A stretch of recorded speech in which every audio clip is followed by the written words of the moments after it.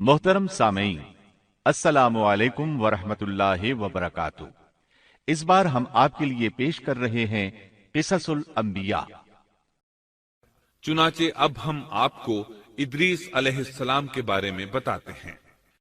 एक हदीस में है कि आदम और शीस अलैहिस्सलाम के बाद इदरीस अलैहिस्सलाम पहले नबी हैं।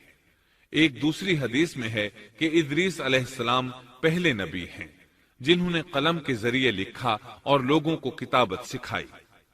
हाफिज इब्ने कसीर ने उनका हुलिया कुछ यूं बयान किया है: पूरा कदो कामत, खूबसूरत, खूब रू, घनी दाढ़ी, उम्दा औसाफ के मालिक, चौड़े कंधे, मजबूत हड्डियां, दुबले पतले, सुरमगी चमकदार आंखें, गुफ्तगू बावकार, खामोशी पसंद, संजीदा और मतीन, चलते हुए नजर नीची, इंतहाई फिक्र खौज के आदि, गुस्से के वक्त सख्त गजबनाक, बातें करने में शहादत की उंगली से बार बार इशारा करने के आदि।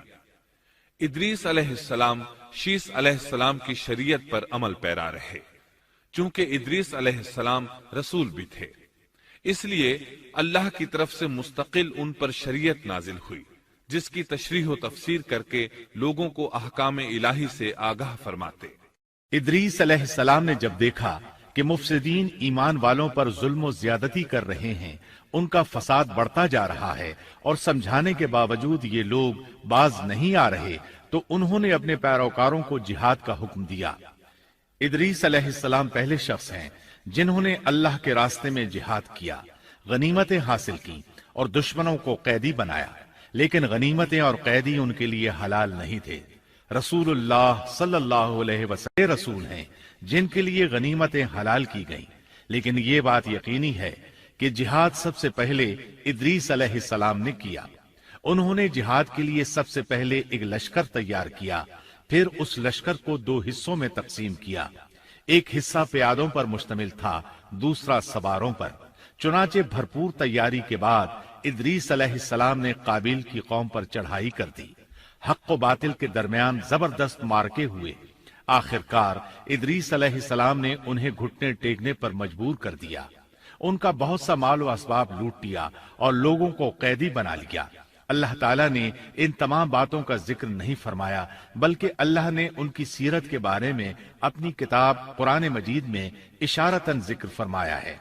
मसलन सूरह मरियम आयात 56 और 57 में इरशाद होता है, और इस किताब में इदरीस का भी जिक्र कर, वो भी नेक किरदार नबी थे, हमने उन्हें बुलंद मकाम पर उठाया।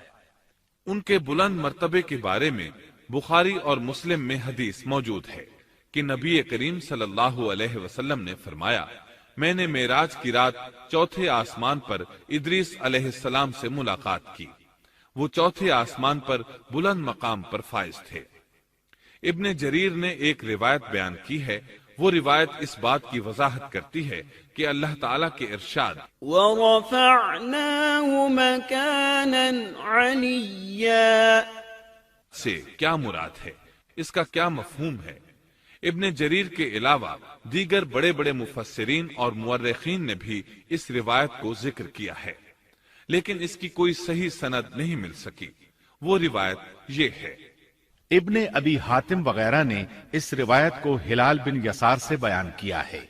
वो कहते हैं, मेरी मौजूदगी में इब्ने अब्बास रज़ी अल्लाहु अन्हुमा ने काब रहमतुल्लाह अलैहि से पूछा, काब, इदरीस अलैहिस्सलाम के मुताल्लिक अल्लाह ताला के इस कौल वरफ़अनाहु मकानन अलिय्या, हमने उन्हें बुलंद मकाम पर उठा लिया, का क्या मतलब है?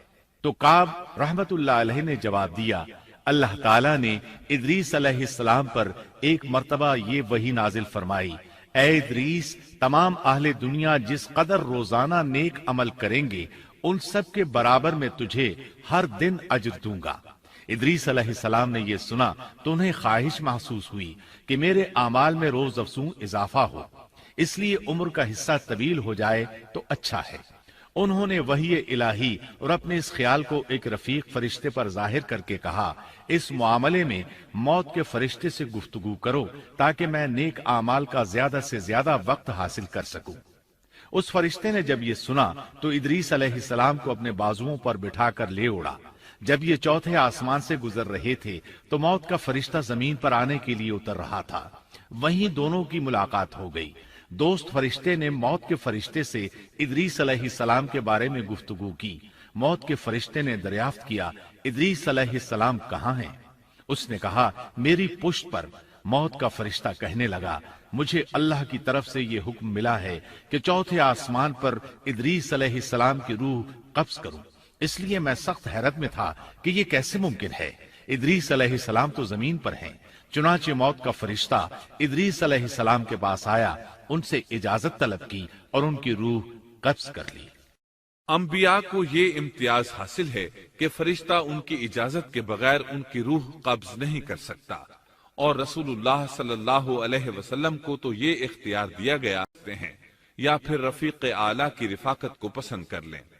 आपने रफीक आला की रिफाकत को पसंद फरमाया।